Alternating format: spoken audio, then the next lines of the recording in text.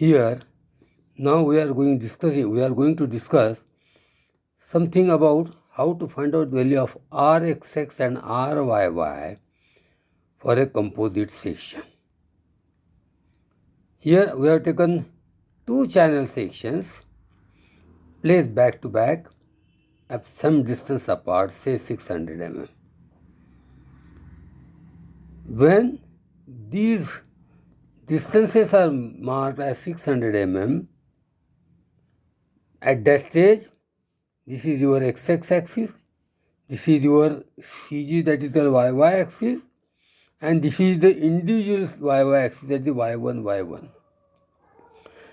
We are supposed to find out the value of finally Ixx and Iyy. Once we can find out the value of Ixx and Iyy, then with the expression that under root of Ixx upon A will give the value of Rxx, that is radius of gyration along x-axis. Similarly, Iyy upon A under root will give the value of Ryy for this composite section. Let us start. First of all, we are supposed to know the various parameters which are required for calculation of Rxx and Ryy. Number one, the section. Here we have considered the channel section ISMC 200. ISMC, is it 200? Yes, 250 rather. ISMC 250, that we have just taken, that Indian medium size, moderate size channel section of 250 means right from here to here, the total depth is 250 mm. From the steel table, area of cross section of this channel section is in mm square is 3565 mm square, and the distance between the two back to back is 600 mm. From the steel table, for this section of ISMC 250, value of Ixx is given as 3687.9 into 10 to the power 4 in mm. Of course, it is given in centimeter square. Iyy is also given in centimeter to the 4. Then we will convert it into mm to the power. Actually, it is mm for. It is to be multiplied by 10 to the power, means it is already taken as mm square, not it should be taken as mm4. It should be taken as mm4, not cm4. And Cyy is nothing but this distance of the CG of an individual section from the outer face of a channel. Now, this is x-axis, this is y-axis, CG of the composite section is lying over here. First of all, there are two sections, so the total, first of all we will calculate the value of Ixx, and which is Ixx is directly calculated from the steel table which is already given as this, and there are two sections, so we can multiply with the 2, that will give the total value of Ixx. Iyy is given at this line. This Iyy that we are seeing, it is given over here. It is given for this one here. And this distance Cyy is already given over here, and the value is 27 mm. 27 mm. Iyy is given for this section. Then we have to, using the parallel axis theorem, you have to transfer this Iyy to this yy. That is, parallel axis theorem says that the moment of inertia can be transferred to this axis AB by considering moment of inertia of this plus AH square. A is the area of the section and H is nothing but the distance of this to this. This to this. Now we are using this mathematical expression. Now we can see I have corrected it over here. It is in mm to the power 4. Now there are two angles, so I can say this can be multiplied by 2. That will give, because there is no, it is the CG is lying over itself, so there is no question of H will be there, it is 0. Because there is, if it had been replaced somewhere over here, then AY square that we have calculated is lying exactly at the center, so H will be 0. So we can say 2 into Ixx will give the total Ixx. Now, this y-axis, that is Iyy, is given, plus AH square, just transfer of the moment of inertia from here to here. AH square, H is nothing but this plus this distance, that is 300 plus 27. Yes, it is 300 plus 27. That is plus AH square, and there are two members, so I will multiply by it. Just like I have multiplied 2 over here, same that I have multiplied 2 over here, because this has been also transferred over here. This moment of inertia has also been transferred over here. That will give the total moment of inertia. Now this value will give the value of Ixx, and when you solve this, you will get the value of Iyy of a composite section at the CG of the composite section over here. Solving it, we find that the value of Iyy comes out to be 41074 into 10 to the power 4 mm to the power 4. And while the Ixx will be, because the 2 can be cancelled very easily, so it is the same as which is mentioned over here. Now, next part. What is radius of gyration? It is nothing but under root of Ixx upon A. Ixx upon A. It will give the value of 101.7. You can verify this 101.7 from the steel table also. That is the value of Rxx is already 101 mm or not.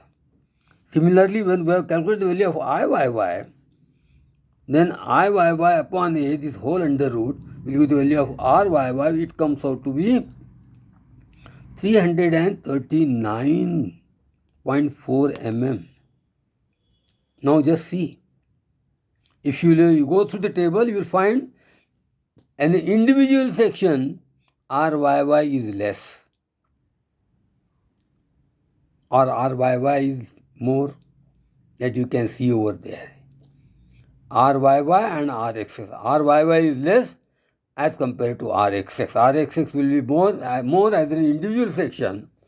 But when we talk of the composite section on some distance apart, then you will find that Ryy comes out to be this much. So which is the minimum one? Rxx. Rxx is the minimum. Otherwise, in normal case, I will repeat, in the normal case, we are talking something about the individual section, Ryy is always taken as minimum. But when we are talking about the composite section, always consider Rxx, which is minimum as compared to that of the Ryy now. Yes, this I wanted to emphasize for that.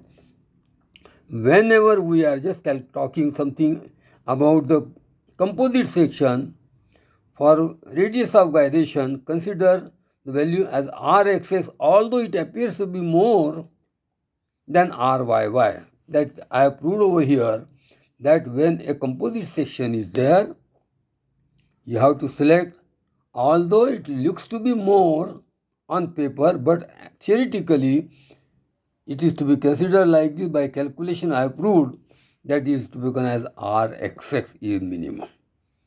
We will try to solve the same, considering the same problem. We will try to see try to calculate how we can find out the strength, compressive strength of the composite section with the same spacing of 600 mm placed back to back, and then we can find out the total strength. Now we'll go for across the same thing. We are finding out the compressive strength. We are just finding out the compressive strength of a given composite section. This is the given composite section. Same that ISMB 250. ISMB 250. What I am doing, so just see. Here additional parameters which are required just to calculate the unsupported length. Unsupported length is given as 3800 mm, that is 3.8 meters. Then boundary condition, fixity condition, both the ends are restrained in translation as well as rotation also. Translation and Fy is given as 300. Fy is given as 300. Now, we start with solution. First of all, we will calculate the effective length, that is K into L. And we know that restrained in rotation as well as the translation, as per the code, the value of K comes out to be 0.65. Both the ends are fixed, restrained in rotation as well as the translation. See, you can see the refer for the table number 11. And you will find when both the ends are restrained, the value of K comes out to be 0.65. So we can, from this we can find out the value of effective span LE, which is nothing but K into L. L is the unsupported length, and that is giving 2470 mm. 2470 mm. We have calculated the value of LE now. We'll proceed ahead just to find out the lambda. That is LE upon R minimum. LE upon R minimum. This is LE. This is R minimum. We'll give the value of this. Once LE upon R minimum, that is LE upon R minimum is there, then one condition that yesterday we have not discussed, that is in previous lecture, that in a compression member, under any circumstances, L by R ratio, that is the slenderness ratio, should not exceed 180. If it exceeds 180, then you have to revise the section and select the another section. So at this stage also, first of all, we have to see that we are using this condition of code, that the slenderness ratio, that is lambda or LE upon R minimum, under any circumstances should not exceed 180. Now, actually it's coming out to be 24.28. It is coming out to 24.28. Now we have to refer the table for FCD, calculation of FCD. For the calculation of FCD. And before that, we'll have to see the class of buckling. The class of buckling can be seen from table number 10. See, for channel section, it is only one-sided buckling, that is channel C. So we have to go for table number 9C for FY 300, and we find that lambda for that is the slenderness ratio for 20 is 283 Newton per mm square. Similarly, for 30 is 249 Newton per mm square. But our basic value is 24.28. After interpolation, we can find for 24.28, value comes out to be 268.44 Newton per mm square. Now, as per the code, we know that PD is equal to FCD into area. FCD into area. FCD into area. This is the F value of FCD after interpolation. This is the area. There are two sections multiplied by 2.